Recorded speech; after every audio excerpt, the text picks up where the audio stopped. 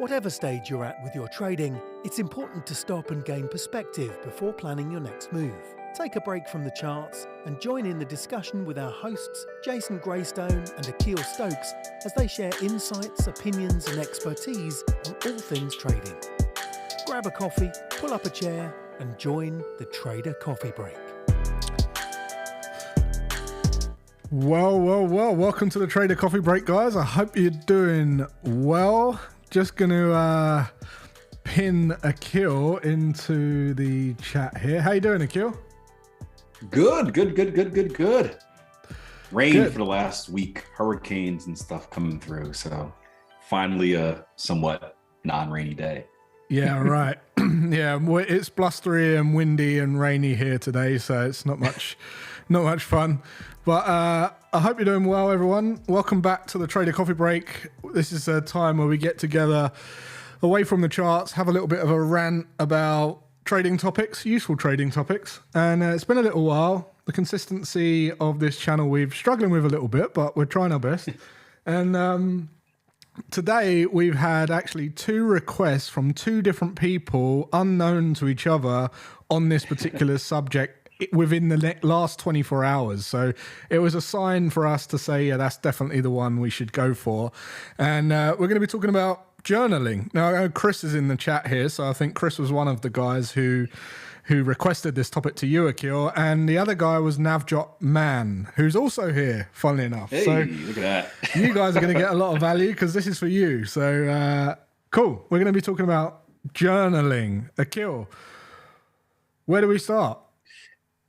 Well, I guess we start with the 2 types of journaling. There's the journaling that most traders, well, maybe most traders don't even know about journaling, but there's the statistical side of journaling, and then there's the psychological side of journaling. And we're going to talk today more about the psychological side. I think that's where most of the questions lie. But just to kind of give a little bit of a background, the statistical side of journaling is your tracking of data, your data collection. So if you're familiar with your back testing, if you're familiar with kind of just having a trade log or a spreadsheet, that's where you're typing in and digging into the numbers, where it's like entry day of week, time of day, where you got involved, that price point, where you're going to get out at, whether it's a target or an exit, did you hit, did you lose, stuff like that, whatever other elements you're tracking of the trade, maximum favorable excursion, maximum adverse excursion, maybe alternative stops or targets.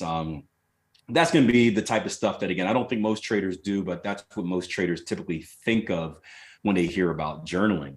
Yeah. The side that often goes kind of unnoticed is the psychological side. I know we spoke about this before on the here on the Trader Coffee Break, but getting to the next level of trading is difficult, right? There's no boss, there's no one kind of evaluating you. You don't have like a meeting at the end of each month with your supervisor that says, hey, here's what you did good, here's what you did poorly, here's how you can get better. It's kind of on you. And what happens with most traders is they fall asleep. They reach a certain level of success, which is typically kind of just avoiding failure. Yep. And then they stay there. They don't really do things to make them improve. And the psychological side of the journaling, that's how you're going to find what's missing or what needs to be improved or what you're doing good that you can gain confidence off of in your trading, which is going to allow you to go to the next level. And that is kind of, an under talked about part of becoming successful or becoming more successful, I would say.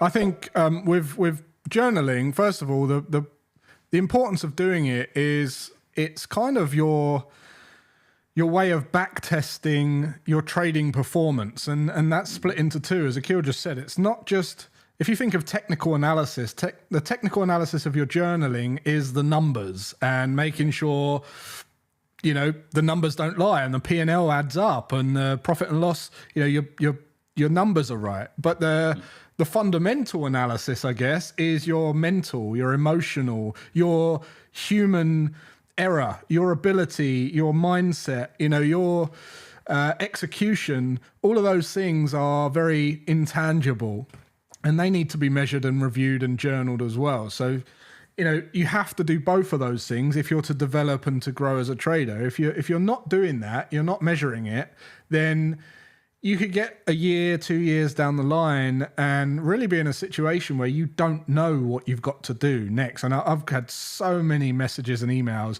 Akil, I worked out that since we've been doing this, or since I've been, last 7 years, I've had 13,600 emails from traders.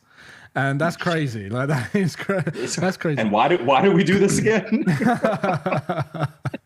Are we supposed to have freedom of time? Like, yeah, right. Yeah. But in those 13,600 emails, what I realized is there's a lot of common patterns. And one of them is I see that 2 years down the line, look, don't feel like I'm getting anywhere with it. And then the first thing I go to is, well, what's your journaling like?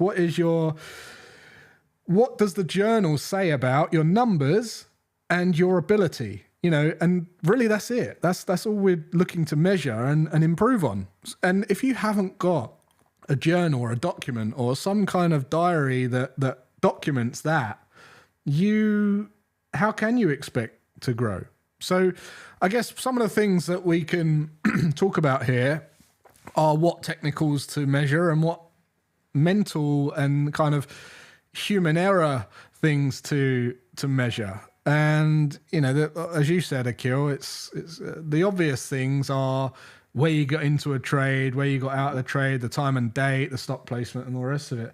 But I would really encourage you guys to make sure that you're paying attention to how you're executing the trades as well. Like what is your approach? How did you feel? Your emotional state?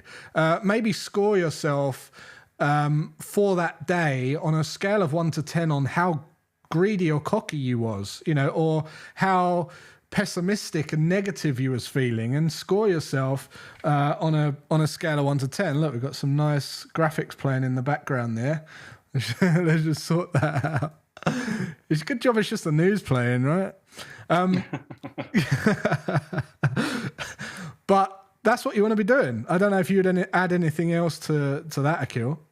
Yeah, I think the journaling aspect reminds me of a cool thing I saw. I think it was this summer, right? You guys know I'm a sports nerd. I'm a track coach, and it was the Athletics World Championship this past summer. Actually, no, this happened at the Olympics a couple of years ago, where it was this high jumper, and she's a very good high jumper. Obviously, she's at the Olympics, and they kept scrolling back to her, and every time after she jumped, she would run back to like a bench. She had this little journal, this little diary. And she'd just be writing stuff in there. Like no one ever saw this before. So after everything's all said and done, they started asking her like, hey, we saw that after every jump, make or miss, you'd run back and write stuff down. And it was her way of evaluating herself. So not only the technicals of like, what she did right or what she did wrong, but she was writing stuff like, how did she feel during the jump? How did she feel before the jump? How did she feel after it? All these different feelings, because she was trying to connect the dots between good jumps and poor jumps. And I guarantee she was able to find a correlation where it's like, if she was super nervous or antsy or shaky or not confident before a jump, it probably often ended bad. Or if she was confident and relaxed, had good breathing patterns, whatnot, it probably ended well. And like you mentioned, we can do the same thing in trading, right? We are, if we can track how we feel, and I always put like a little section, I have a notes side at the end of my data spreadsheet where I just keep track of stuff like that. Mm-hmm. If we can ask ourselves, how do we feel before entering the trade? And if we can ask ourselves, how do we feel during the trade? Or maybe how do we feel after the trade? We can really target a lot of those problems. So if you notice that you're nervous before the trade, like, man, my hands were shaking, or I wasn't quite sure if I was supposed to get involved, or I didn't double check this, right? And you end up making a mistake during that trade. Well, you probably know why. Or if you're in a trade and you notice like, hey, I was in this trade and I was looking at the charts every 5 minutes, and every time I looked at it, I did this, and I was listening to news in the background. The news kept saying I should be in the opposite direction, or I was going through Twitter and Twitter said this, and or someone reached out and Twitter said, oh, you're short the euro dollar, you're an idiot. Write that stuff down, because you're probably in some fashion influenced by that. Or if you had a losing trade and you, after the trade lost or after the trade won, you wrote down that, hey, feeling invincible, never felt this good before, feel horrible. Well, if you rush into the next trade, or if you do a revenge trade after that, there's probably a good chance that that next trade was caused by the previous trade. Yeah. So if you can write those things down on a consistent basis, and then when you do your bigger review, the same way you review your technicals and whatnot, you can start putting the pieces together where it's like, man, I always seem to make a trading mistake after I do this on the previous trade. And then you can start implementing solutions where it's like, hey, take a 5-minute break, or hey, go to the gym or run, like do something to kind of, get a disconnect, a pattern interrupt before returning to the market. So, stuff like that is key in journaling, in my opinion. I thought it was a cool story to see that Olympic athlete, the best of the best in the world, still do that approach. Yeah, and it does. You start to see patterns emerge on when you're greedy, you have this kind of result, and when you're kind of a bit cocky or fearful, maybe you have a different result, and you start to see those patterns, and you can start to patch them up and optimize them. Also, things like, are you lazy? Are you too lazy to do like full analysis? Things like that. Did you really go in and commit and give your full analysis to the pair, or did you quickly rush over? Ask yourself those questions. Things like,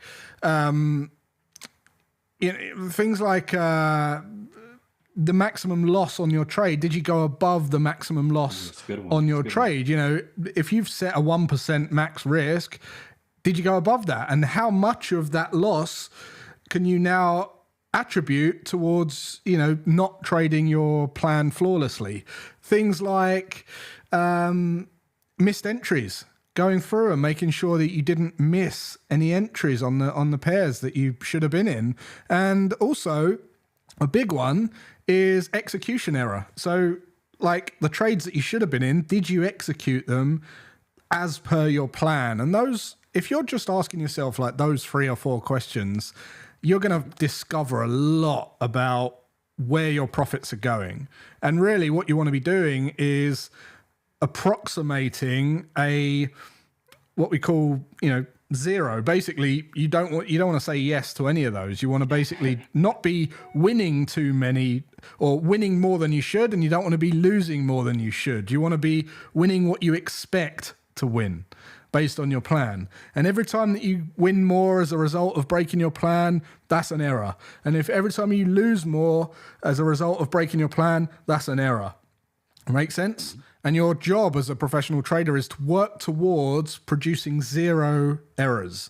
And that is very difficult, and it's ongoing, and it's, human error and human emotion and chemicals in our body make us feel differently from time to time. And that is one of the hardest things. That's why the psychology part of trading is so hard, which is all more the reason to make sure that you're journaling, not just for the technicals and the numbers and the black and white and the P&L and the figures, but also your performance, because you're the vehicle. You're the one creating the profit. And if there's something wrong with a car, you're not going to get to the destination, are you? And you might not know why. You might break down somewhere and think, now what? I'm not really a mechanic. But if you have all these journaled notes, at least you can go, well, I did notice this thing happening, or that wasn't quite right, or, there's a pattern here. Make sense? Let us know in your comments if you journal now, what you journal and what you've discovered from journaling. I'd love to hear your thoughts.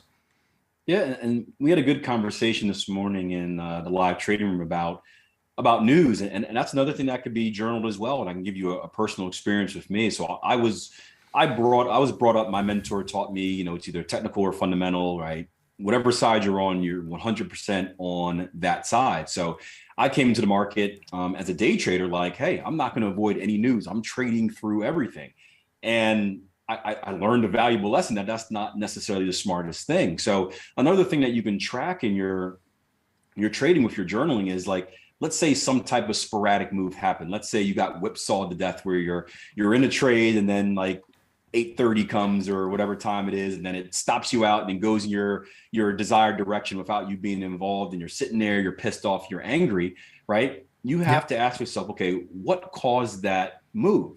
And I would go back and do that, and I'd be like, ECB press conference happened. ECB press conference happened. ECB press conference happened. And then finally I smartened up where I did a review and I said, wait a minute. every time this ECB press conference happens, the markets go bonkers, they go up, they go down, and they end up back where they started. But I'm collateral damage in that because I have this little small day trading position on where, a 20 pip difference one way or another is me being stopped out. So if you consistently review that as well, now you can add things that allows you to avoid certain dangerous situations. So, this Friday we have non-farms coming up, right? If you notice that, hey, every time non-farm payrolls comes, the market goes bonkers and it's not necessarily a good place for me to trade because maybe I've gotten slaughtered in the past. Well, you review your notes, and if you see, hey, trade was stopped out, news event, trade was stopped out, non-farm news event, trade was stopped out, non-farm news event.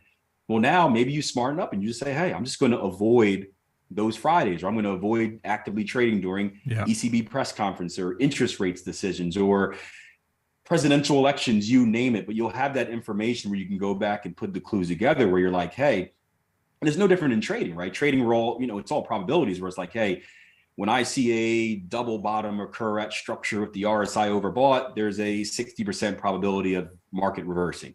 You can do the same thing where it's like, hey, when a non-farm payroll comes out on Friday, there's a 90% chance of this ruining my trade. And you say, you know what? I just want to avoid those situations. And then it's a little bit of addition by subtraction where you're just taking yourself out of the dangerous periods of the market. And you're probably also avoiding a psychological error there as well, because if you're anything like me, you get skunked out of a market because of some BS. You want to get back involved, and then it just ends up again getting further from that zero line and making more mistakes. So news or outside related events, maybe you had to leave work early or a family emergency, like stuff like that is important as well to track. Yeah, I think it's a really good point that you make, and it's not even that difficult. Like with non-farms and things like that, if it's not even 90%, if you go through and see that more than 50% of the time you lose during those sessions, easy, just get rid of, don't trade on those days. Like it's a very easy decision to make if it's not profitable for you to trade on those sessions. One of the questions I got around journaling was about the software packages available out there. And I know there's a lot of good software packages. I think there's like trader journals. I think there's one called Edgewonk that's been pretty popular over the years. And there's Trade do one. Actually, that's the Edgewonk one. Yeah. And there's plenty of those. My advice though, is if you can't be bothered to do it manually, then don't use those systems. If you want more, like if you're doing it manually and you're very professional and you know yourself well and you know how to journal, and then you just want more kind of in-depth metrics and stuff and some cool features to be able to break down patterns, then yes, use it. But if you can't be bothered to do it manually, then I would strongly recommend that you don't start with those automated softwares, because it's almost going to mask the problem, if that makes sense. And I kind of want to, my final thought on this really is the numbers don't lie. And whenever I see traders struggling, it's down to two things. One, their system isn't profitable, and that isn't profitable. And the reason they're trading it is because they haven't tested it. And the reason they haven't tested it is because they can't be bothered. And that is just the mathematical edge. But the biggest reason that traders fail is the psychological edge. And that is because they haven't back tested themselves. They don't know themselves and how they perform and how their emotions dictate their trading decisions and how it affects their trading performance. And almost 90%, I would say more than 90% of the time, it is down to not having a journal on their own performance, knowing themselves. So you want to know your numbers and you want to know yourself. And ultimately, even if you just do that for 12 months, you might come out of that 12 months and go, do you know what? I know myself better than ever before now, and I know that this system doesn't fit my personality. And you change the system. And immediately, from changing the system, because you've done all that work, you'll be profitable within months. Because you've done all of that, like you've really got to know yourself and how the system resonates with you and how it's, adaptive to your personality and your lifestyle. So you can literally go, do you know what? I figured out I don't like this strategy. I want to get rid of it. I want this one. And you can make that profitable very quickly because you know yourself better. I think that's fair. And I've seen that happen. So let us know in the comments if you've discovered anything like that. How are you switching between multi-time frame analysis during backtesting? Akil's answered that one. Please discuss one day on how to test the backtesting. Oh, CTS backtesting. Yeah, we could talk for a week on that. That's a more involved one. There's a lot of moving pieces. Like our advice for that, just to give you a quick version, is we always talk about a pre-backtesting phase. You don't want to hop right into backtesting and data crunching, because you typically you're testing, but you don't really know what you're looking for, and you're just going to do it like 80 million times. Always do a pre-backtesting phase where you're just spending time in the market. We call it the sandbox or the playground, where you're being creative, you're asking questions, you're developing ideas, you're getting kind of a visual test of it, and you're kind of seeing the stuff right away that blatantly works, blatantly doesn't work, the things that you like, the things that you require. And then by the time you get to the actual backtesting phase, right, at least you have kind of a base idea of what I want to pay attention to, and you can filter out from there. And I spoke about this the other day with backtesting, not to get too much off topic, but one of the biggest faults I had in my trading career, and it goes off what you mentioned, is even after I accepted the fact that I had the backtest, right, I only went into backtesting looking for the answer. So I wasn't backtesting to be creative. I wasn't backtesting to develop a strategy that fit versus my personality. I just wanted to make money. So I backtested as just kind of like a means to an end. Like, I'm just doing this because my mentor says I have to before I can trade. And because of that, I never actually got any value out of backtesting. I didn't really care about the psychological battles. I literally just did X amount of trades, X amount of years, and saw if it was profitable or not. And then traded live and got ruined because I didn't believe in it. I didn't trust it. I never looked at like max trades loss, any of that stuff. And, so backtesting is important, but it could also be pointless if you don't use it the right way. Absolutely. We'll end it there. I don't want to, that's another conversation. Yeah, I was going to say we could do another whole thanks, Chris. Session on that for sure. Which leads us to say, if you're enjoying these sessions, let us know. Subscribe to the channel. I think we're nearly 1,000, so maybe at 1,000 we'll do a live Q&A or something like that, something special. 76% of the people that watch this channel aren't subscribed, believe it or not. So that's interesting.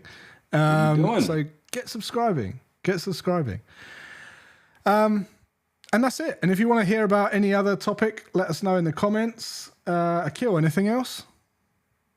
No, I want to thank Chris for that says you guys are the best, so transparent in your trading and education, and we take pride in that. That's something that we set out to do. That's why we first started. Yeah, because there wasn't enough of that out there. There was a bunch of junk, and we both found it very difficult to initially learn how to trade because we felt that no one was being honest, and we don't want to hear the fluff. We want to hear kind of the harsh realities of it. It's just like any entrepreneur out there, they tell you, oh, entrepreneurship is easy. Just start a business and you'll be fine. Like the truth is it sucks at the beginning. Yeah. So we kind of set forth on, hey, we want to do the best we can to provide you guys with the best opportunity to succeed. And that doesn't come by telling you what you want to hear necessarily. It comes from telling you what you need to hear. And I think, it's a little bit of pain at first, a little bit of a reality check, a harsh little slap in the face, but bigger picture, it pays off massively because you guys are at a better starting point than we were at. Yeah. And now it's all up to effort. Are you willing to kind of go through that journey and follow through with it long time if you want to be successful? And hopefully we can be examples of what that looks like and continue to inspire, and you guys can continue to inspire the next generation as well. So appreciate it. That's the main goal out here as far as the teaching side. We don't like the 13,000 emails, but like if one of them helps someone out, then that's how we know it's worth it. So thank you. Amazing. We really appreciate that. And Akil speaks on behalf of me as well and everyone at Tier 1. So guys, before we go, there was mention that we may be running an event in November. So I'm not going to say any more about it right now, but just you're the first to hear about it. You're the first to hear for showing up. Pencil in, that is hot off the press. So just pencil in everything in November and just block out the whole diary for November just in case. Call your boss. You're taking off the entire month of November. But if you've been to one of our events before, you know that how valuable they are. We do put a lot of energy, a lot of effort into those events, and they're completely free. So make sure you keep an eye out for that. And until next week, take care. Have a great rest of your day, and be careful in non-farms payroll. And we'll catch you then. Take care. Thanks for joining us for the Trader Coffee Break. Be sure to like this video, subscribe to the channel if you haven't already, and don't forget to hit the notification bell to never miss a live discussion. Follow our hosts on social media. And remember, do nothing to gain perspective on everything. See you next week.